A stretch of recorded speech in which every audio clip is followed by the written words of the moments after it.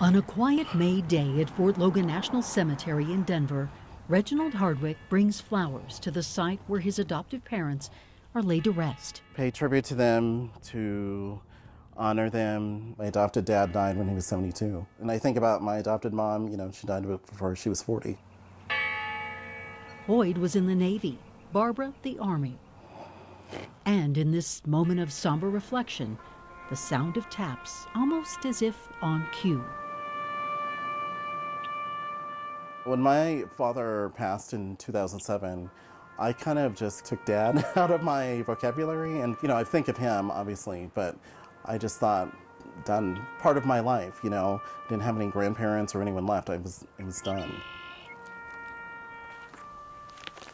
Reginald was about 5 months old when he first came to Colorado. This is a baby picture. October 19th, 1973. At least that's what his papers show. This is a picture of my adoptive parents and me. And into the arms of the Hardwicks. They told me when I was very young that I was adopted. They never kind of hid it.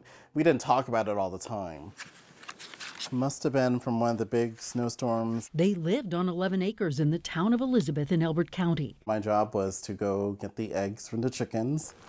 Reginald will tell you he had a good life. This was my adopted mom, Barbara, and me, and I guess we were dancing on her birthday. Well loved and cared for, and often the only child of color in class. There's definitely a lot of love. Both of them really wanted the best for me. Both of them wanted me to be educated, to know who I am, especially the Black heritage part of it, to accept my place in the world. His world was so much bigger. Reginald was born during the Vietnam War.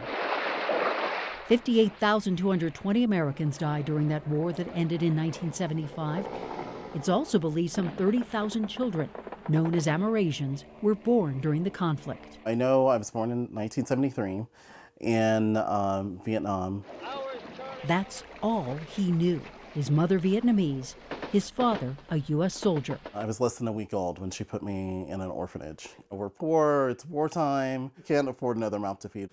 This was my trip to Vietnam in June of 2006. Twice he went, looking for the orphanage, looking for signs of his family, and nothing. So I just took a DNA sample. So he turned to 23andMe and then Ancestry.com. It wasn't until March of this year, late March, and a woman in Missouri contacted me and said, "You've come up as my nephew. I know I had a brother who went to Vietnam. We think he had a child there. This is my DNA results." And that was just the beginning. So this is my mother, Tu Dang, my birth mother. His mother, still alive, living in Atlanta. This is a picture of my birth dad, LZ Johnson. His father, also still alive, living in Las Vegas. Oh, I think there's some resemblance. I don't know, some of the forehead and the nose and cheekbones. With Facebook and then FaceTime, the conversation started, and learning they had more in common than just their looks. My birth father